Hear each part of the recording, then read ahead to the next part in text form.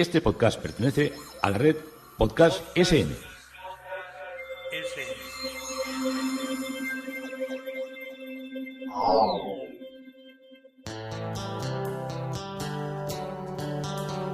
Historia con sentido. Un podcast realizado y presentado por Juan Carlos González.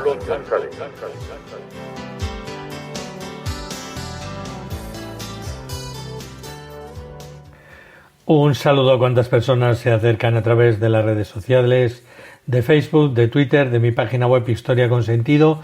Yo soy Juan Carlos González y un día más encantado de acercaros una parte de la historia. Hoy he titulado al tema propuesto La crisis interior en tiempos de los sultanes. Vamos a hablar de los sultanes granadinos, del reino nazarí de Granada y de Ismael I y de Mohamed IV. Ismael I que va a 1314 y 1325 y Mohamed IV de 1325 a 1333.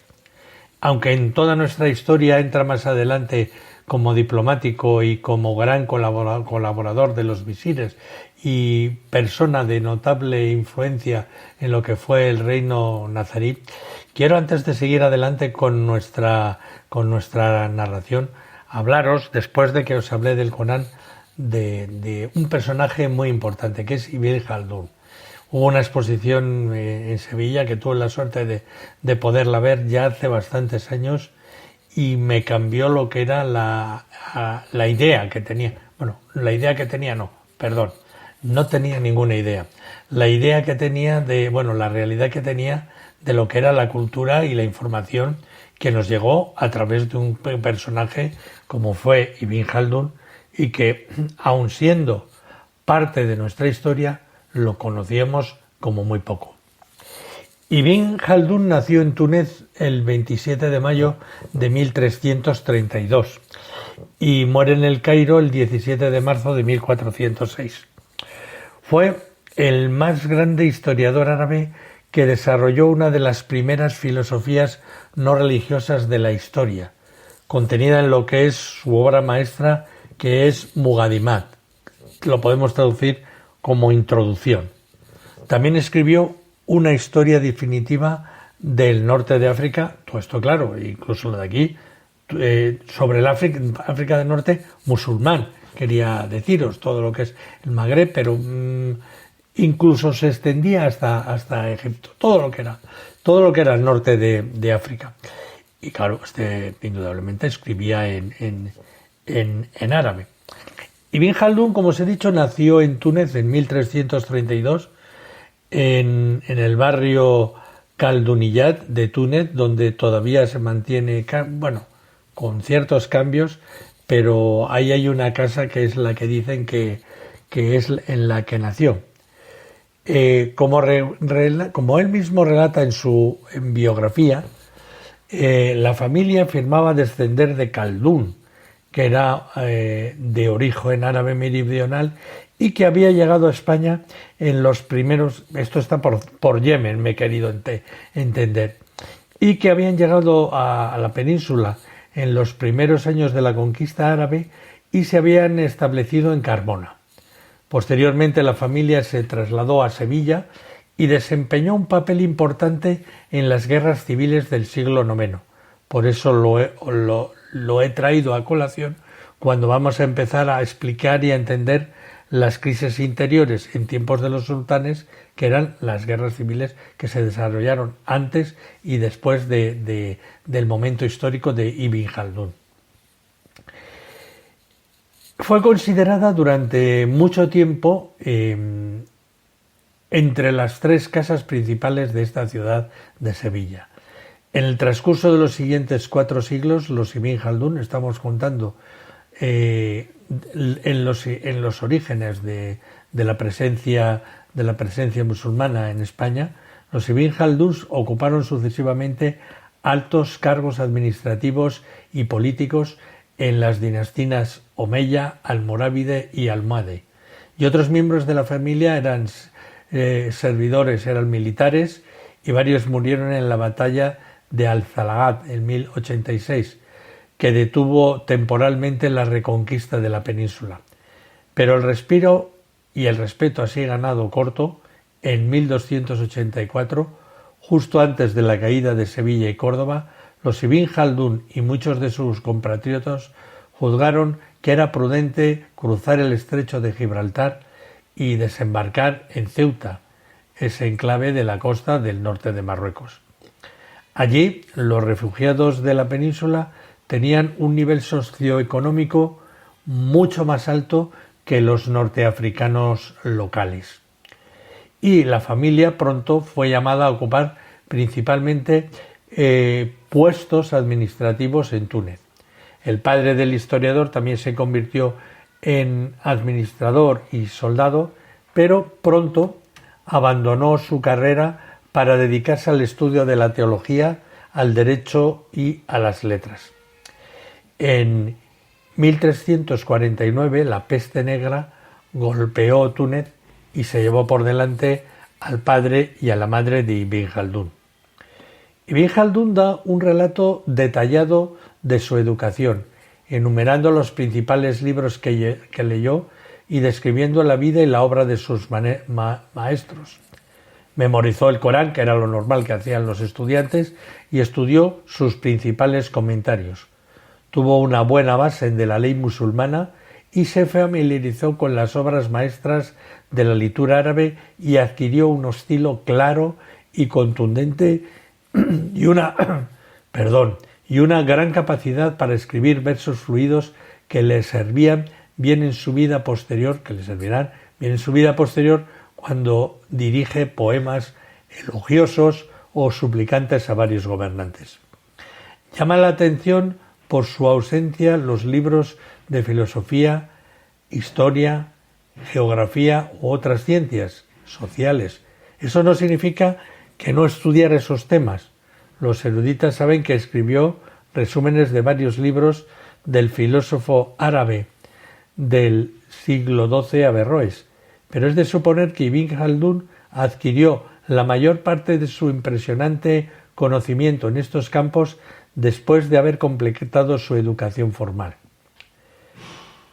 Esto llegó a los 20 años, cuando se le dio un puesto en la corte de Túnez, seguido 3 años más tarde de una secretaría del sultán de Marruecos en Fez. Pero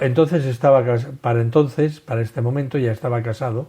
Sin embargo, después de 2 años de servicio, fue sospechoso de participar en una rebelión y fue encarcelado. Liberado casi 2 años y medio después, ascendió por un nuevo gobernante al que volvió a caer en desgracia, que decidió ya, cada cambio que había era un lío, abandonar Marruecos y vino a Granada, para cuyo gobernante musulmán había prestado algún servicio en Fez y cuyo primer ministro, el brillante escritor Ibn al-Khatib, era un buen amigo.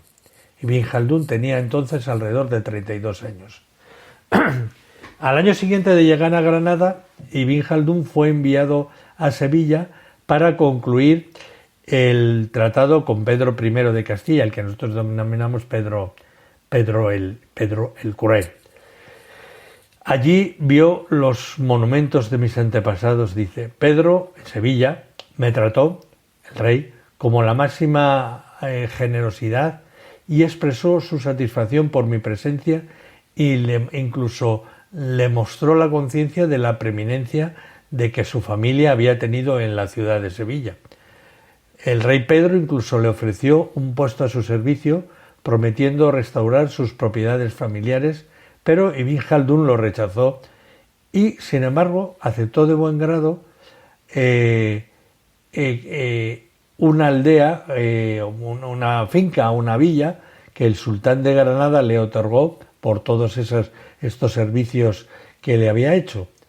Y entonces, ya estando en Granada, ya estando más seguro de que no iba a estar expuesto a cualquier cambio político como le había pasado en África, trajo a su familia, a la que había dejado a salvo en Constantinopla. Pero, para citarlo una vez más, enemigos e integrantes pusieron al todopoderoso primer ministro Ibn al-Khatib en su contra y levantaron sospechas sobre su lealtad. Se puede pensar que la tarea de los enemigos debía también sido facilitada en gran medida por los aparentes celos entre los dos intelectuales árabes más brillantes de la época. Una vez más, Ibn Jaldún se vio la necesidad de despedirse y regresó a África. Los siguientes 10 años le llevaron a cambiar temporalmente y empleo con una rapidez desconcertante y mudarse a Bujía, a Tlemcen, a Brisca y a Fred, y una vez más tarde a Granada, donde hizo un gran esfuerzo infructuoso para salvar a su antigua rival y al que probablemente había sido la causa de su despido, Iván al-Khatib, de ser asesinado por orden de su gobernante. Y hasta aquí nos ha traído una primera parte, una primera introducción a lo que es la vida de este gran autor, que nos va a permitir recorrer muchos aspectos de la historia del reino nazarí. Sultán enérgico, Ismael I, nos hemos quedado ya en otro nuevo rey de los que gobiernan Granada desde la Alhambra, en cuanto accedió al trono puso las fronteras de su emirato en estado de defensa con el fin de estar preparado ante la amenaza cristiana. Estamos en el año 1314 y ya los nazaríes estaban pensando que esto se podía acabar. Desde su exilio en Guadix, Ismael había recurrido al señor de Castilla para que le ayudase a recuperar su trono. Los infantes don Pedro y don Juan, que asumían la tutela del rey niño Alfonso XI, no perdieron esta ocasión para inmiscuirse en los asuntos interiores del reino de Granada, aunque Ismael había ofrecido mantener el lazo de vasallaje con Castilla. En abril-mayo de 1316 tuvo lugar un importante encuentro entre cristianos y musulmanes, encuentro militar, en los alrededores de Guadix. Según la crónica de la época de Alfonso XI, la batalla que tuvo lugar cerca del castillo de Alicún acabó con la victoria cristiana. 1.500 musulmanes y 40 arraeces árabes, que representaban la flor y nata del ejército granadino, perecieron allí. Al contrario, las fuentes musulmanas exaltan la sangrienta derrota que el ejército nazarí, con el auxilio de mercenarios marroquíes, infligió a los cristianos. Sin embargo, el infante don Pedro no retiró su apoyo a Nasir y reanudó sus incursiones en la tierra granadina en 1316 a 1319. En el estrecho, los granadinos recuperaban la ventaja gracias a los marroquíes. En 1316, el gobernador de Ceuta, Yab al-Azafi, que había vuelto a África después de la reconquista de Ceuta por Abu al-Rab en 1309, se declaró independiente. Bajo su mandato, los marroquíes ayudaron a los marinos nazaríes a conseguir una victoria sobre los castellanos en las aguas del estrecho.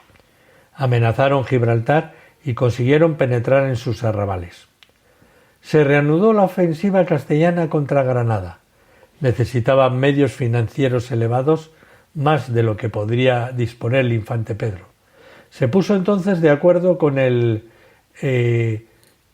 tutor de Alfonso XI, el infante don Juan, señor de Vizcaya, que obtuvo del papado los diezmos indispensables para la empresa de la cruzada. Después de haber reunido un grueso ejército, entraron en territorio granadino, llegaron a la Vega de Granada, después de haber rodeado Íllora y quemado su arrabal, y en junio de 1319 los infantes don Pedro y Juan iniciaron la batalla y por algún tiempo tuvieron sitiada a Granada. La lucha decisiva tuvo lugar el 26 de julio de 1319, terminando a favor de las tropas de Ismael I. Los dos infantes murieron en la refriega. La batalla de la Vega privó a sus gobernantes y marcó un parón en la reconquista, y 10 años después del sitio infructuoso de Almería. Ismail no representaba ya ningún peligro para Ismail. El sultán de Granada obtuvo la firma de un tratado de paz por 8 años con los castellanos en Baena y en 1320, donde el caballero Pay Arias ostentó la representación de las ciudades andaluzas. Jaime II de Aragón, que no había intervenido en el conflicto y orientaba sus esfuerzos hacia Cerdeña, renovó sus treguas con Ismail por el tratado del 16 de mayo de 1321. Desde 1292 solo había obtenido fracasos diplomáticos y militares con su política granadina. Ismail, apoyado por el contingente mariní marroquí, cuyo papel había sido primordial bajo los muros de Granada, reemprendió la lucha. Recuperó Baza en 1324 y luego Huéscar, Orce y Galera en 1325. El 22 de junio de 1325 Ismail se adueñó de Martos, en el suroeste de Jaén. El grueso de esta expedición tuvo un altercado con su primo, el gobernador de Algeciras, Muhammad ben Ismail, quien para vengarse le hizo asesinar el 6 de julio de 1325 en la Alhambra. Ismail había sabido mantener la integridad del territorio nazarí. Dejaba 4 hijos, sucediéndole su primogénito Mohamed, que sería Mohamed IV. Niño aún en el momento de su proclamación, Mohamed permaneció durante los primeros años de lo que fue su reinado. Ya veis que todo esto siempre lo resolvían, se mataban un rey. Bueno, en los reinos cristianos estaban parecidos. Aquí mataban un rey, destronaban al otro, era todo una auténtica locura. Siempre todo lo que estaban siendo todas las batallas. Aquí todo se resolvía por dinero, por sobornos, por asesinatos, por pactos que pactaban con uno, pero que era al año siguiente estaban pactando con el enemigo del otro. O sea, era una cosa absolutamente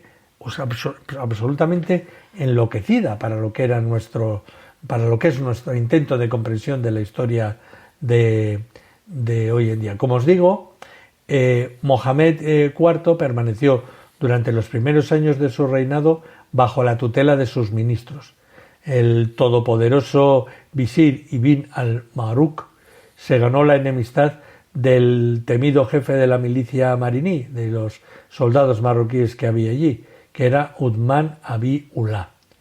A instigación de Mohamed IV hizo asesinar a su visir en su palacio entre 1327 y 1328, y el sultán decidió gobernar entonces él mismo y devolvió a Uthman el mando de los guerreros cenetas, que eran estos mercenarios marroquíes que tenía él. En los estados cristianos, Alfonso XI de Castilla había alcanzado la mayoría de edad el 13 de agosto de 1325. Alfonso IV reinaba en Portugal desde 1325 y Alfonso XI estaba en el poder desde 1327 en los estados de la Corona de Aragón. Alfonso XI trató de sacar partido de las discordias entre los cortesanos nazaríes para lanzar su primera campaña personal en 1327. Conquistó rápidamente Olvera, Pruna, Torre, Alacuín y Ayamonte. Mahmud IV no dudó en solicitar la ayuda del sultán mariní de Marruecos, Abu Said Uthman, que envió a los granadinos refuerzos marroquíes en 1327 y en 1328. La línea de la política exterior aragonesa fue modificada. Aunque la conquista y la pacificación de Cerdeña constituyesen las metas más inmediatas del nuevo rey Alfonso IV, la vuelta de los mariníes le preocupaba, los mariníes marroquíes, y en vista de ello concretó con el soberano de Castilla una alianza por los tratados de Ágreda y de Tarazona. Como poco antes su padre Jaime II tenía puestos los ojos en Almería. Su proyecto de cruzada contra el reino de Granada con la participación de Felipe de Evreux, rey de Navarra, fracasó. Alfonso IV, vacilante e indeciso, no aportó a su aliado castellano la ayuda prometida. No atacó la región de Almería como había acordado. Castilla luchó pues sola y Alfonso XI se adueñó de Teba en agosto de 1330 únicamente. Los marroquíes, apoyados por las milicias granadinas y por navíos genoveses, recuperaron Gibraltar en 1333, después de un sitio de 5 meses. En julio de 1331, Alfonso IV de Aragón ya había firmado una tregua con Granada y Alfonso XI se dedicó a negociar con los granadinos y concretó una tregua con ellos en agosto de 1333 por 4 años. Descontentos por la alianza del sultán de Granada con el mariní Abul Hassan, tramaron un complot que condujo al asesinato de Mohamed IV el día 25 de agosto de 1333. Entra ya en juego otro personaje, Yusuf I, que va desde 1333 a 1954, donde de alguna manera, por eso he titulado estas crisis interiores, estos enfrentamientos palatinos que tenían lugar en Granada. Es el reinado de Yusuf I. Tenía solo 15 años cuando accedió al trono. Iba a reinar más de 20 años, imponía por la dignidad que emanaba de la persona, de su personalidad, su inteligencia y su perspicacia y su mano izquierda, que la llevaron a sobrellevar, pues hemos de intuir que los problemas más difíciles. Tal es el retrato de este hombre yace su futuro visir Ibn al-Jatib. Poco después de su investidura, Yusuf I decidió vengar a su hermano Mohamed IV, expulsando de su reino a los Banu Abi al-Ula, que acudieron a Túnez y nombraron para el puesto de jefe de la milicia a un señor mariní, a Ibn Rahu. El nuevo soberano, uno de los mejores dotados de la dinastía mentalmente y desde su inteligencia, concretó con Alfonso XI en 1334 un tratado al que se adhirió el sultán de Marruecos, Abu Hassan, que tenía expuestas las miras en Tremecén, en la zona de Túnez. Una de las cláusulas estipuladas durante 4 años era que los contingentes africanos no atravesarían en el estrecho sino para efectuar el relevo de las guarniciones mariníes. En febrero de 1334, los mensajeros de Yusuf I llegaron a Valencia para ratificar allí la tregua concretada con Alfonso IV de Aragón. En marzo de 1336, el tratado de paz fue prorrogado por el nuevo soberano Pedro el Ceremonioso por un periodo de 5 años. Seguirían varios años de relaciones de amistad entre el reino de Granada y la corona de Aragón.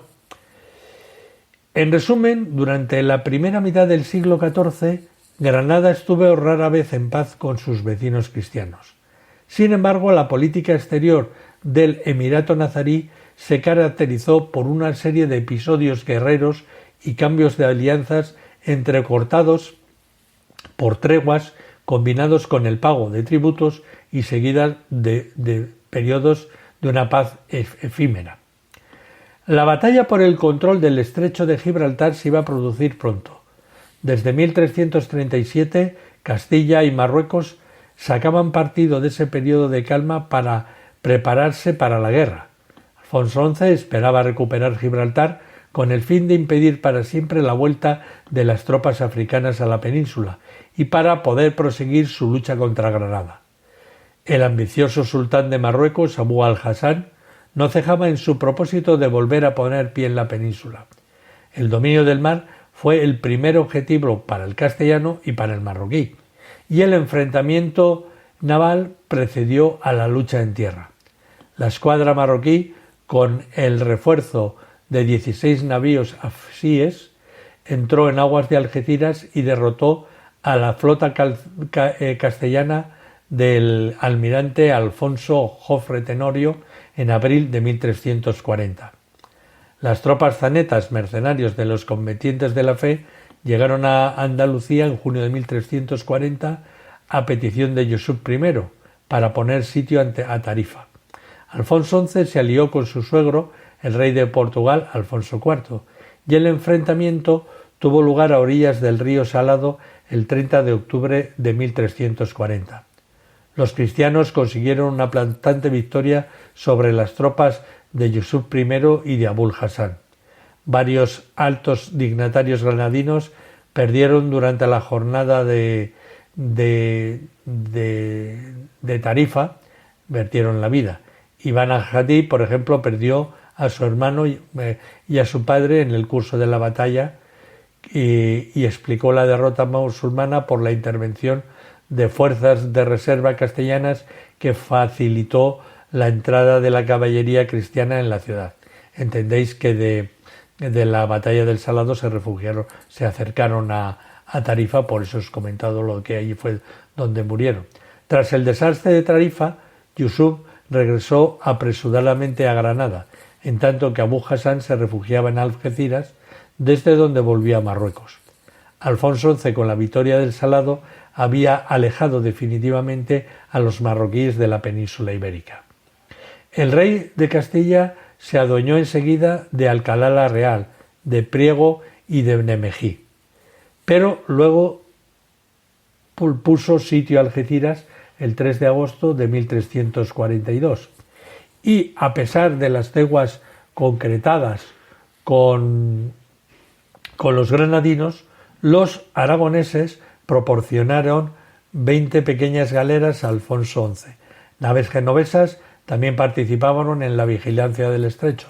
Los genoveses se vendían tanto a los marroquíes, a los granadinos, a los castellanos, a los aragoneses, a quien más le pagaba.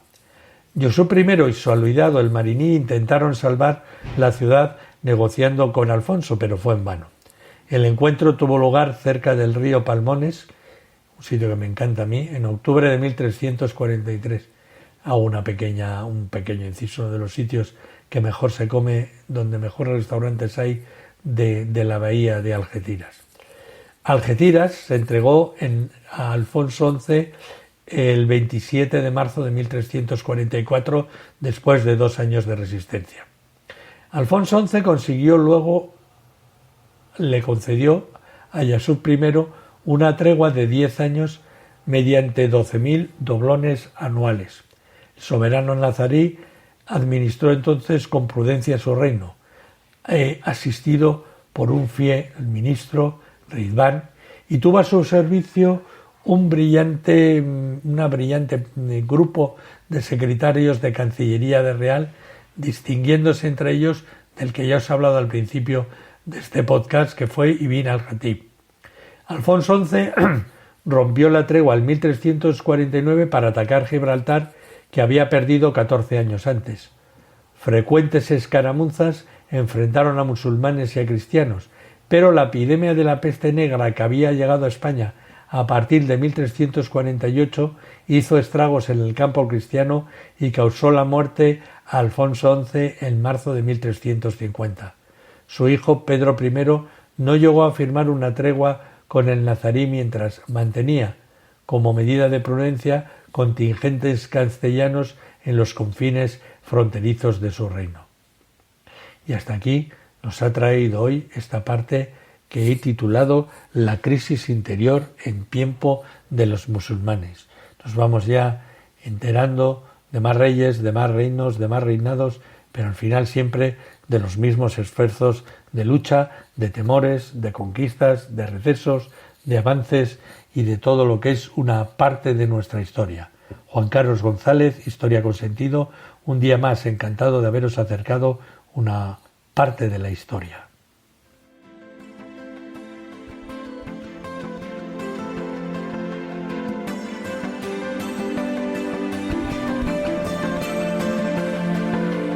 Hasta aquí un episodio más de Historia con Sentido. el podcast que te habla de historias de la historia, sucesos, eventos, como si el ayer fuera hoy. Síguenos a través de iTunes, Spreaker o iVoox. Contacta con nosotros por correo electrónico escribiendo a podcast@historiaconsentido.com. Nuestra web www.historiaconsentido.com. Y en Twitter nos encontrarás como @historiasentido.